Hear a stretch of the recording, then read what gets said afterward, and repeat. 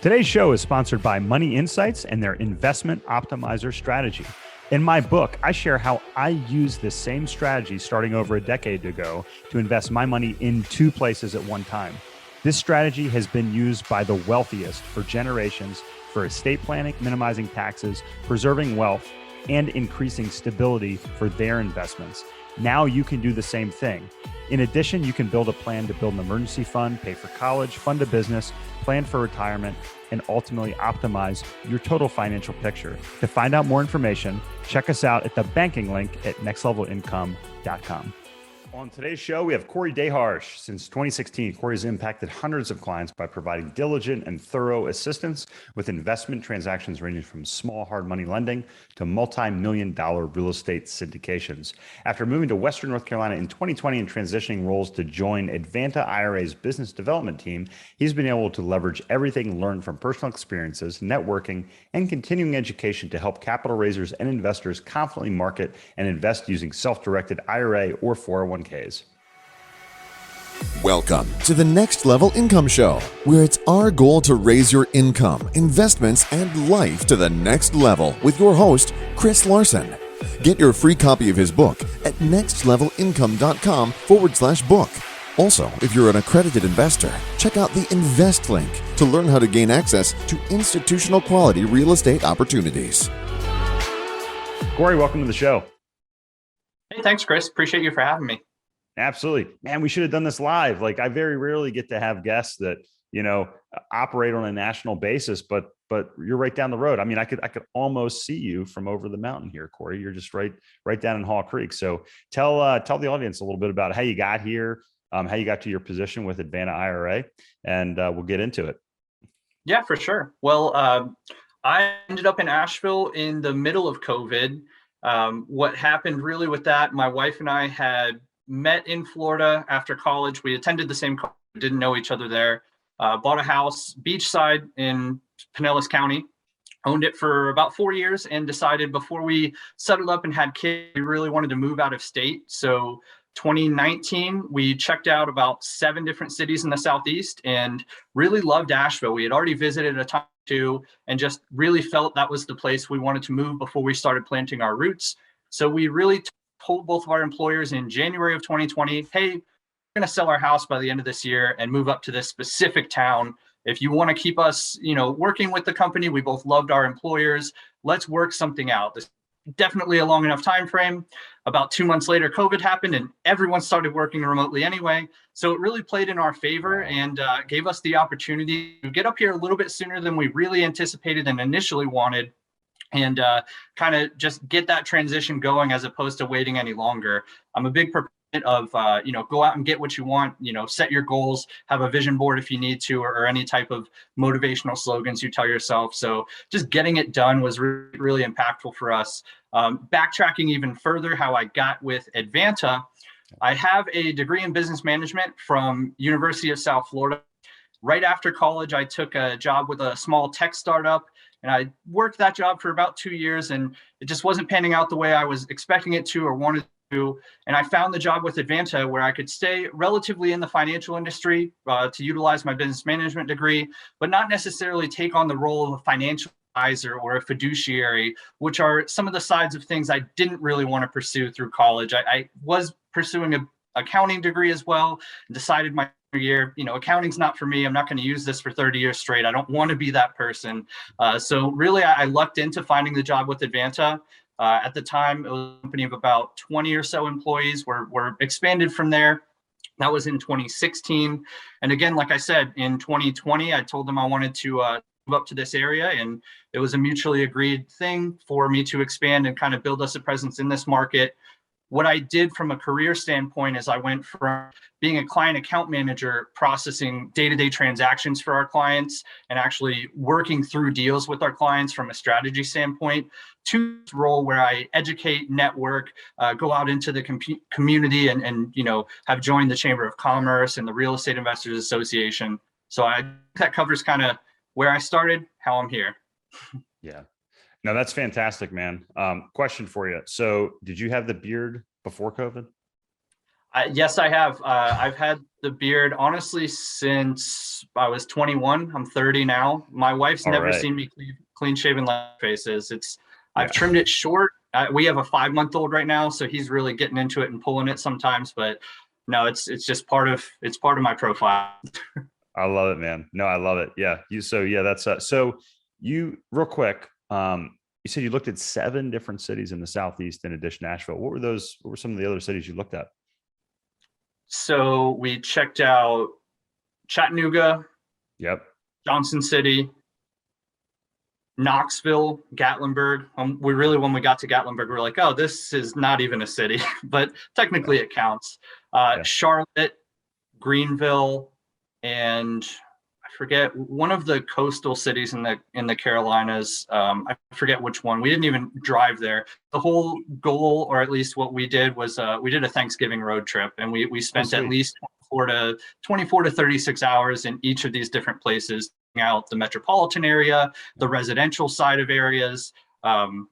So just to see, like, can we see ourselves building here and developing, and is it what we want? Because we both had lived most of our life in Florida, no more than 30 minutes from a beach. So seeing a full range of seasons and having a little bit different atmosphere than just coastal Florida was important to me for, like I said, we have a child now, and just living my life with a little bit more diversity than what I had previously held. Yeah, no, it's a fantastic place to raise a family, and we've been here 14 years. It's just been amazing. So, well, look, Corey, I'm excited to talk to you because probably maybe 20 to 25% of our investors invest through self-directed IRAs, and I know a lot of people listening today, it's going to be their first time hearing and saying, "Wait a minute, like, what is a self-directed IRA?" And then, like, what can I invest in? I think a lot of people are surprised that they can invest in things like real estate syndications through their IRA. So let's start off by just defining for the audience what a self-directed IRA is. Yeah, that's a great point, Chris. A lot of people might have an IRA or a 401k with a larger wirehouse custodian that they call a self-direct product. But really, in those cases, they're just allowing you to invest into asset classes that they've vetted out. Most cases, the open stock market of publicly traded assets. What a truly self-directed account is, and what a self-direct administrator like Advanta brings to the table, is the ability for you, the client, to invest into anything you see fit, as long as it falls within IRS regulations, which are very sweet and simple. You can't invest your IRA into a life insurance policy or anything the IRS would deem to be a hard to value collectible, antiques, fine wine, old vehicles. So as long as it's not of those 2 asset classes, you can hold it in your IRA or your 401k. You might have not known so. And it's very common for people to not know so. Only about 4% of the retirement account industry in the US is self-directed accounts. So 4% in the grand scheme of, I think, a $27 trillion industry. It's a lot of money and a lot of assets left on the table that people, until they have this conversation or hear this conversation, just don't even know physically exists. Yeah, no, it's incredible. I mean, I remember when we first heard about it. And look, I've been involved in real estate, like CREA here locally, and different real estate associations since I was in college. So it was pretty common to hear about that. But people that are accustomed to just investing in their 401ks or through a brokerage account mostly don't know that. One of the statistics that I love to talk about, we just talked about this in episode 97 with DJ Van Curren, is that really wealthy families, we're talking about like family offices, ultra high net worth families, typically invest 20 to 30% of their assets in income producing real estate.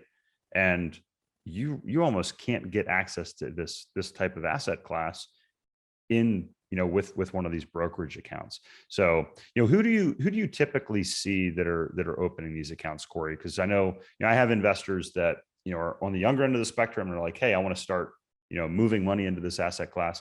I have other investors that have been investing their whole lives, have a substantial net worth that they've accumulated in their IRAs or 401ks, and want to diversify. What are you seeing? Yeah, that's a great question as well. For the most part, the investors we see don't necessarily fall into an age demographic, more so a mindset.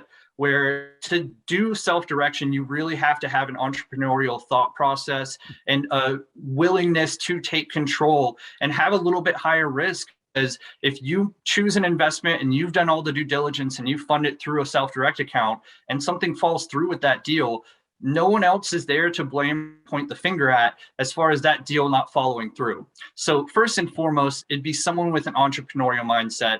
And then also additional factors, a lot of investors that are already doing real estate specifically, which breaks up about half of our client base, are real estate investors that are finding out they can tap into this capital resource for themselves, or people that are trying to get their leg into real estate that may have been at the point of changing careers. They've served a career for 5-10 years, and then they're wanting to get full-time into real estate. It might have been something they were doing as a weekend job or a side gig.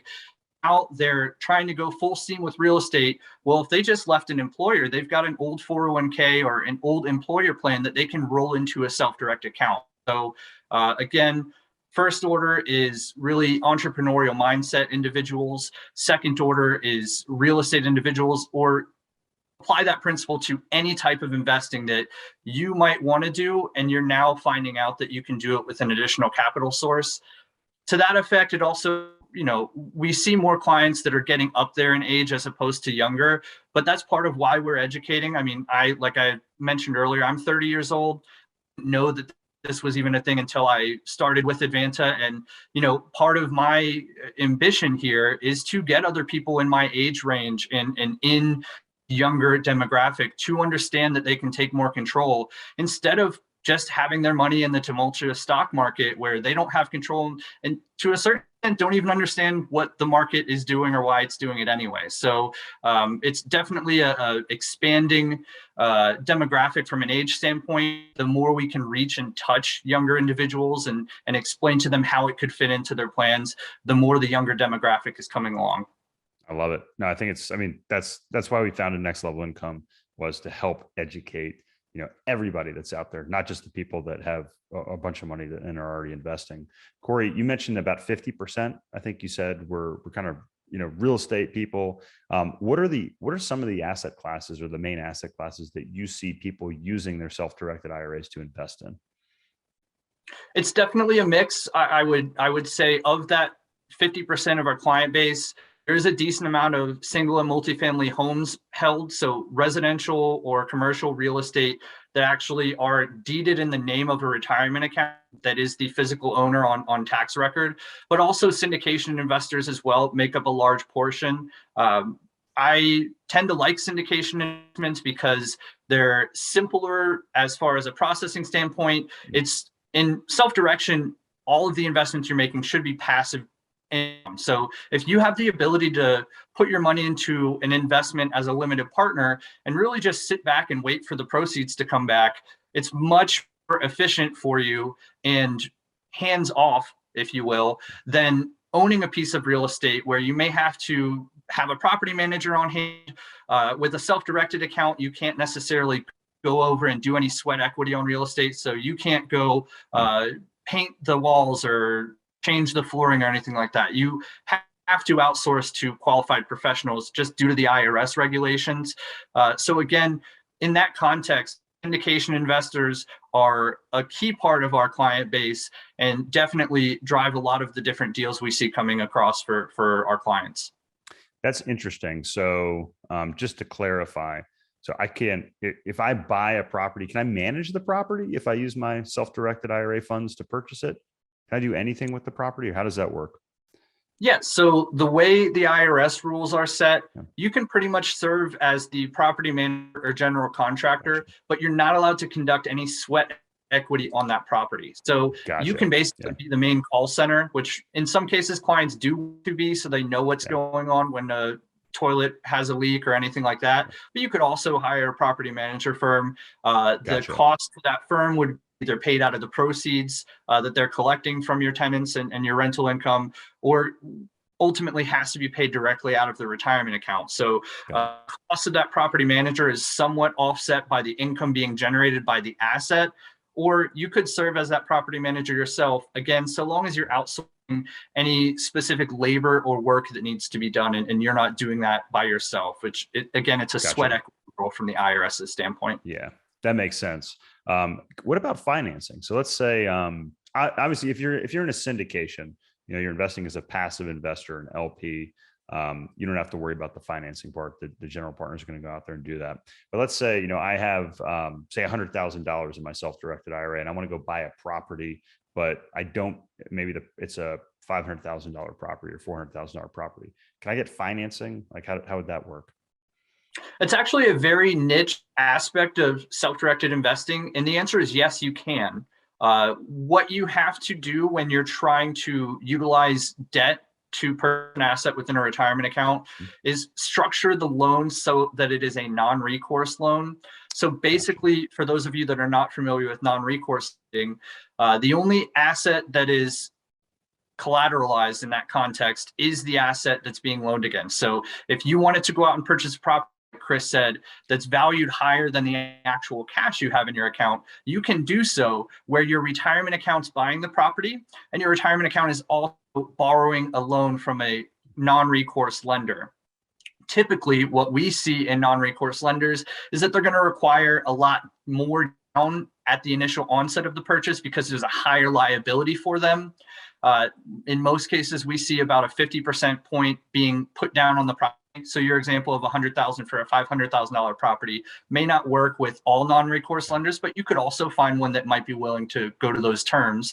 And also, it's usually got to be immediately income producing. So you've got to show some sort of proof of income to be generated so that they can make the returns back. Because ultimately, if they're lending on the property, they don't want to claim it back. They want to get the cash proceeds that will be due to them from that loan paying out in full. But it is something you can do. It's a topic we've covered on our educational channels before with different guest speakers. And like I said, it's very niche. Not a lot of people even know that exists, that know that self-direction exists, and then that actually physically want to pursue it. You've really got to be a hard-nosed real estate investor to want to go into non-recourse lending with an IRA or 401k. And another thing I'd like to add to that effect real quick is there is a difference between an IRA making this type of investment and a solo 401k, which we also offer at Advanta. And the difference is that solo 401k account is not subject to a certain kind of tax called UDFI, or unrelated debt financed income, where an IRA account is subject to it. So although either product is a tax sheltering product, IRA product does not have the tax shelter against UDFI that the solo 401k does. And I don't want to get too much more into the nitty gritty of that because some of it's over my head. Again, I walked away from an accounting degree, so. Well, yeah. And listen, AdvantaIRA.com. You guys have a terrific website, lots of resources up there. And I'm going to make sure that everybody knows how to get a hold of you here, Corey, at the end, if they want to go through any of these specifics or have any questions about what type of vehicle, if they want to move forward, would be the best thing for them. You talked about, kind of getting things set up. And so let's say somebody wants to do this, somebody wants to set it up. What's the process like? What are the fees like? I'm sure people are wondering like, hey, am I going to get feed to death with something like this? Maybe you could walk us through those two things, the timeline and the fees. Of course. So the timeline is pretty quick as far as getting an account opened and turned around and invested. We can complete an application within about 15 minutes. You can do so with a DocuSign or a PDF, whatever you prefer. As long as we have the application and the client's photo ID, we'll submit that to be open. Before we can fund your first investment, the IRS has a 7-day right of rescission period. So in context, for us to fund a deal, it's got to be 7 days from the day we open the account. The other side of that, which is really out of our hands as well, is getting the account funded. Most people can fund an account, like I referenced earlier, with a previous employer plan, or even by transferring funds from an existing IRA they have in another custodian. And in doing so, the timeline is typically about a week to a week and a half's time, depending on the custodian you have and how quickly they're willing to execute the transfer. And if they are requiring to mail a check versus, let's say, send a wire, which obviously that creates a timeline gap. On average, I see our clients set up an account and be ready to fund into a deal within about 10 to 14 days. Yeah, that sounds right in line with what I've seen. The other end of what you mentioned is the fees and the costs for setting up a self-direct account. We are a fee-driven business. I'm not going to shy away from that. That is how we earn our money and keep our lights on. But we do price ourselves in the market very competitively. So there is a flat rate application fee that's assessed when you open the account. And then we allow our clients to choose whether you want to be billed per asset that you hold with us, based on the total value of your portfolio, which is billed on a quarterly basis. So if you're going to just have one or two buy and holds, like you're investing into a real syndication, it's likely better for you to be on that flat rate fee agreement. But if you're going to have a fluctuating account, maybe you're going to invest in something more volatile like cryptocurrency or something else that you know is going to fluctuate up and down, whether it be annually or even in a shorter time frame than annually, you can sign up for our value-based agreement where we look at your total account value in a certain time frame, again at the end of each quarter, and we bill you a fourth of whatever that bracket is for that quarter. And then the next quarter, if you're up or down, we bill you consistent with whatever you're in at that point in time. Gotcha. To get into the specific numbers, just because this is recorded, feel free to reach out to me directly. We can go over the fee agreement. I just don't want someone looking at this 3 years down the line when any numbers have completely changed. That's perfect. That's perfect. Corey, what's the best way for the audience to get a hold of you?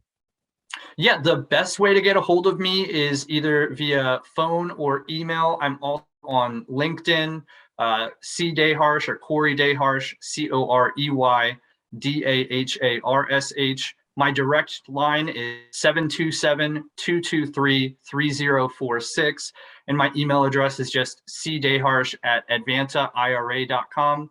Happy to connect. However, if you're in the Asheville area like Chris and I are, I'd love to meet you for a coffee or for lunch. And if you're outside of that area, I travel a decent amount. Like I said, I do a lot of networking around to get over to different local communities to network. So reach out to me and we can set up a meeting or, some sort of in-person if you are. If not, I'm happy to help over the phone as well. Yeah, no, I love it. I love the aspect of the education that you guys provide, which is a huge component of what we do here at Next Level Income, Corey. You do a great job helping to educate people. We have investors that work with you and are very happy as well. And if this is your first time hearing about this today and you're interested in learning more, please reach out to Advanta, reach out to Corey and learn more. Corey, it's been a pleasure talking to you today. Always great to see you and catch up. Thank you so much, Chris. I appreciate you for having me and look to catch up with you soon. Like you said, for here local, maybe we'll get a beer or some coffee or something at one of these local shops in the mountains. Let's make it happen. Hey, Chris here again. I hope you found this episode valuable. Now, I have one more thing to gift you. We have a page for my coaching clients where you can get a free copy of my book, as well as much more from previous guests on the show. Just check out nextlevelincome.com/coaching to get a free copy of my book, audiobook, and much more. I'll send you a copy of my book and cover all the shipping costs as a thank you for listening to the podcast. Also, please like, share, and take just 90 seconds to give us a rating on Apple Podcasts.